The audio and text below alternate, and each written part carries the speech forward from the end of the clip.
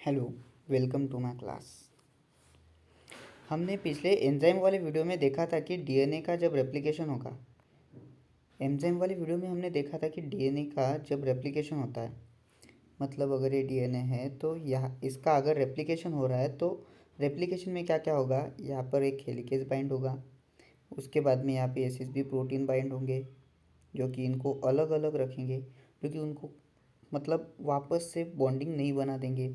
और यहाँ पर टोपो आइसोमरेज बाइंड होगा, और जब हेलिकेज इसको अनवाइंड करेगा इस डायरेक्शन में, तो यहाँ पे एक दो पॉलीमरेज बाइंड होंगे। एक डीएनए पॉलीमरेज इस साइड में काम करेगा और एक डीएनए पॉलीमरेज इस साइड में काम करेगा। लेकिन डीएनए पॉलीमरेज को काम करने के लिए ज़रूरी है प्राइमर की ज़रूरत है।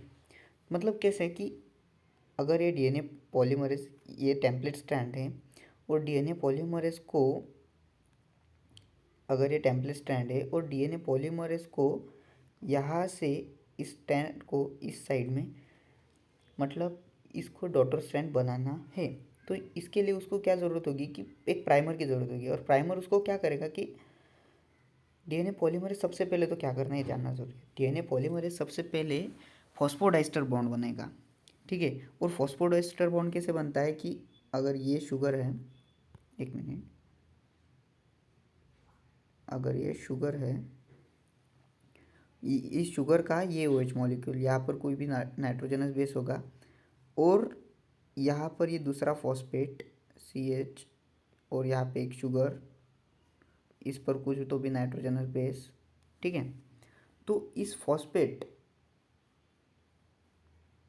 फॉस्फेट मॉलिक्यूल से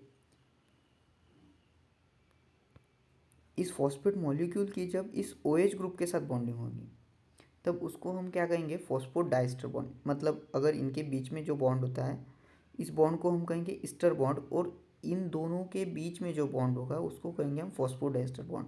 मतलब फॉस्फोडाइस्टर बॉन्ड में क्या होगा कि ये फॉस्फेट इस ऑक्सीजन के साथ बॉन्ड बनाएगा और यहाँ से H2O मॉलिक्यूल रिलीज करेगा। H2O मॉलिक्यूल रिलीज करेगा मतलब अगर ये H यहाँ से गायब हो जाएगा और ये एक ऑक्सीजन यहाँ से गायब हो जाएगा, ठीक है। यहाँ पे ये मैकेनिज्म होगा। लेकिन डीएनए पॉलीमरेज सबसे पहले अगर फॉस्फोडाइस्टर बॉन्ड बनाता है तो उसको सबसे पहले ज़रूरत होगी OH ग्रुप की, जो कि हम उसे कहाँ से मिलेगा, OH ग्रुप मिलेगा उसे प्राइमर से, ठीक है। देखते फर्दर इसमें देख सकते हो आप कि ये प्राइमर है और इस T पर डीएनए पॉलीमरेज को एडेनाइन को लगाना है। तो यहाँ पे जो फ्री फॉर्म में है, मतलब ये ATP है, इस ATP को डीएनए पॉलीमरेज इस T पर लगाएगा, ठीक है।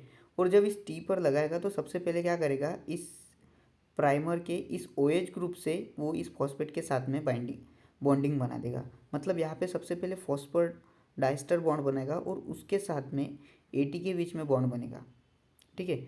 और यहाँ पे एक बार ATP जुड़ गया, मतलब यहाँ पे अगर एडेनाइन जुड़ गया तो इस एडेनाइन के OH ग्रुप को लेकर वो आगे की रेप्लिकेशन कंटिन्यू करेगा, ठीक है। ये हमने देखा था पहले। और जब यहाँ पे ये ATP बाइंड होता है तो मतलब यहाँ पे एडेनाइन आ गया और जो बचे दो फॉस्फेट है, मतलब अल्फ़ा बीटा, और जो तीन फॉस्फेट है यहाँ पे अल्फ़ा फॉस्फेट यहाँ पे रह जाएगा और जो बीटा और गामा फॉस्फेट है वो यहाँ से रिलीज़ हो जाएंगे। मतलब पायरोफॉस्फेट यहाँ से रिलीज़ होगा। मतलब इस रिएक्शन में टोटल क्या हो रहा है कि पहले तो प्राइमर आ रहा है, प्राइमर के बाद में ये पेयर आ रही है, मतलब DNTP आ रहा है, और इस DNTP के T पर बाइंड हो रही है, फिर मतलब DNTP आ रहा है, फिर फॉस्फोडाइस्टर बॉन्ड बन रहा है और उसके बाद में एक ही बाइंडिंग T के साथ हो रही है। तो यहाँ पे नीचे लिखा हुआ है, हम ये पढ़ते हैं। Diagram of the mechanism of the DNA synthesis. DNA synthesis is initiated when the 3' OH of the primer mediated the nucleophilic attack of the alpha phosphate of the incoming DNTPs. This result in the extension of the 3' end the primer by one nucleotide and release one molecule of the pyrophosphate. The pyrophosphate is radially hydrolyzed, release the pyrophosphate into two phosphate molecule. Okay मतलब यहाँ पे दो phosphate molecule release हो गए, ठीक है। DNA replication के लिए हमें DNTP लगते हैं, ठीक है। फॉर द डीएनए रेप्लिकेशन हमें डीएनटीपी लगेंगे। उसके बाद में डीएनटीपी का जो कॉन्सेंट्रेशन है वो हमें इक्वल कॉन्सेंट्रेशन लगेगा। उसके बाद रेप्लिकेशन में हमें प्राइमेज एंजाइम प्राइमेज की ज़रूरत होगी जो कि प्राइमर की सिंथेसिस करेगा। बाद में टेम्पलेट स्ट्रैंड की ज़रूरत है जो कि प्राइमेज मतलब प्राइमर और टेम्पलेट जो कि सबस्ट्रेट की तरह काम करेंगे। ठीक है। रेप्लिकेशन में DNA polymerase synthesis in the new strand मतलब DNA polymerase synthesize the new DNA strand. DNA polymerase हमें पता है कि न्यू स्ट्रैंड बनाता है। तो वर्किंग स्टेप डीएनए पॉलीमरेज सबसे पहले फॉस्फोडाइस्टर बॉन्ड बनाएगा, उसके बाद में डीएनए की डॉटर स्ट्रैंड बनाएगा। ठीक है। मतलब जब प्रोसीजर होगी जब वो डीएनए पर कुछ बाइंड कर रहा होगा, मतलब जब कॉम्प्लीमेंट्री बेस पेयर वो यहाँ पे ज्वाइन कर रहा है तब वो सबसे पहले फॉस्फोडाइस्टर बॉन्ड बनेगा, बाद में हाइड्रोजन बॉन्ड और वो सब जो बॉन्ड बनने वाले हैं वो बाद में बनेंगे। सबसे पहले बनेगा फॉस्फोडाइस्टर बॉन्ड और उसके बाद रेप्लिकेशन कंटिन्यू होगी। ठीक है। और फॉस्फोडाइस्टर बॉन्ड को क्या लगेगा, for the phosphodiester bond there is a need of the OH group which is provided by the primer. Phosphodiester bonding के लिए हमें OH ग्रुप लगने वाला है और वो OH ग्रुप हमें प्राइमर से मिलेगा। ठीक है।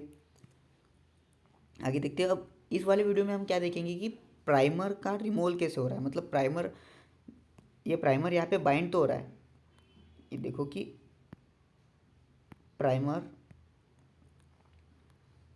इस रेप्लिकेशन में ये टेम्पलेट स्ट्रैंड है और इस टेम्पलेट स्ट्रैंड पर प्राइमर बाइंड तो हो रहा है और उसके बाद में रेप्लिकेशन भी कंटिन्यू हुई, प्राइमर के साथ रेप्लिकेशन भी कंटिन्यू हुई। तो ये जो प्राइमर है तो इस प्राइमर का रिमूवल कैसे होगा, मतलब इस प्राइमर को अगर हमें रिमूव करना है तो इसका रिमूवल कैसे होगा। तो इसका रिमूवल करेगा RNase-H। क्या होगा, RNase-H इस पर आएगा। RNase-H क्या है, RNase-H RNase-H DNA पॉलीमरेज 1 है जो कि क्या करेगा, इस प्राइमर को रिमूव करेगा। इस प्राइमर को रिमूव करेगा लेकिन इस प्राइमर को पूरी तरह रिमूव नहीं कर सकता। RNase-H इस प्राइमर को बस एक न्यूक्लियोटाइड छोड़ के पूरा का पूरा रिमूव कर देगा।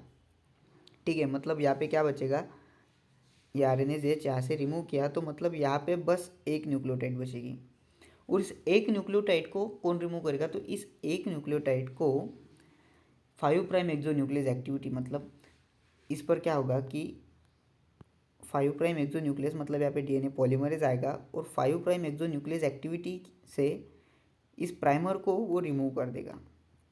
ये प्राइमर चला जाएगा और आगे रेप्लिकेशन हो गई है, पीछे भी रेप्लिकेशन हो गई है, रेप्लिकेशन कंप्लीट हो गई। लेकिन बाद में DNA पॉलीमरेज 3 ही क्या करेगा, यहाँ पे जो है वो स्ट्रैंड की सिंथेसिस कंटिन्यू कर देगा। मतलब यहाँ पे जो बचा स्ट्रैंड है वो सिंथेसाइज कर देगा। लेकिन यहाँ पे अगर ये DNA पॉलीमरेज ने मतलब ये स्ट्रैंड सिंथेसाइज किया, यहाँ पे बाइंड होके यहाँ पे इसने DNA स्ट्रैंड तो बना दिया लेकिन ये पीछे जो है इस स्ट्रैंड में और नए बने हुए न्यूली सिंथेसाइज स्ट्रैंड के बीच में एक जगह छूटेगी, उसे हम निक कहेंगे। तो उस निक का फिल करने का काम कौन करेगा, लाइगेज करेगा। यहाँ पे देखते कि आरएन मतलब यहाँ पे प्राइमर है, न्यूली सिंथेसाइज DNA RNase ने इस प्राइमर को कहा निकाला, एक न्यूक्लियोटाइड यहाँ पे रह गई और उस एक न्यूक्लियोटाइड को 5 प्राइम एक्सोन्यूक्लियस एक्टिविटी में निकाल दिया गया और उसके बाद DNA पॉलीमरेज ने वहाँ पे स्ट्रैंड सिंथेसाइज कर दिया लेकिन वहाँ पे जगह छूटी। जैसे कि ओकाज़ाकी फ्रेगमेंट में जैसे कुछ भी होता है, ओकाज़ाकी फ्रेगमेंट जो है जैसे ओकाज़ाकी फ्रेगमेंट बनते हैं उसी तरह ये भी बनेगा। ठीक है। मतलब ये क्या हुआ, यहाँ पे क्या बनेगा, ये ओकाज़ाकी फ्रेगमेंट। ओकाज़ाकी फ्रेगमेंट में क्या होता है कि ये अगर DNA है, देखो ये DNA है, यहाँ पे हेलिकेज है और यहाँ पे क्या होगा, एक लीडिंग स्ट्रैंड बनेगा, एक लैगिंग स्ट्रैंड बनेगा। लीडिंग स्ट्रैंड यहाँ पे काम करेगा जो कि कंटिन्यूसली सीधा ही जाएगा। लेकिन लैगिंग स्ट्रैंड में क्या होगा कि एक पॉलीमरेज यहाँ पे बाइंड हुआ और ये इस साइड में सिंथेसाइज कर रहा है। ठीक है। और बाद में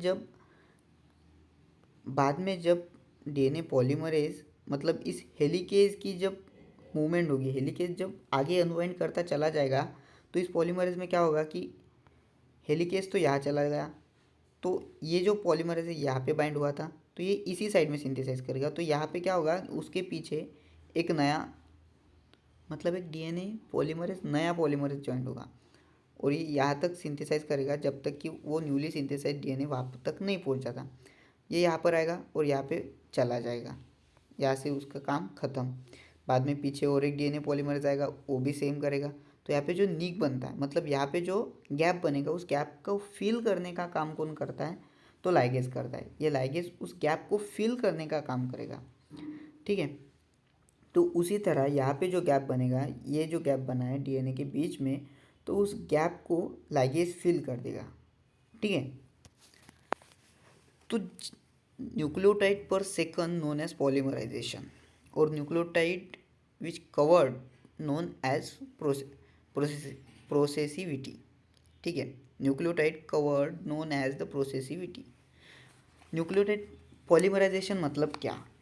मतलब ये जो रेप्लिकेशन हो रहा है, जो रेप्लिकेशन, ये यहाँ से जो रेप्लिकेशन हो रहा है, जो एक न्यूक्लियोटाइड कितने सेकंड में बन रहा है, जो स्पीड होगी, उस स्पीड को हम पॉलीमराइजेशन कहेंगे। और जो जितना, मतलब जितना रेप्लिकेशन में उसने डीएनए कवर किया, जितने डीएनए को सिंथेसाइज किया, हम उसे कहेंगे कि प्रोसेसिविटी, ठीक है। Okay, done, thank you.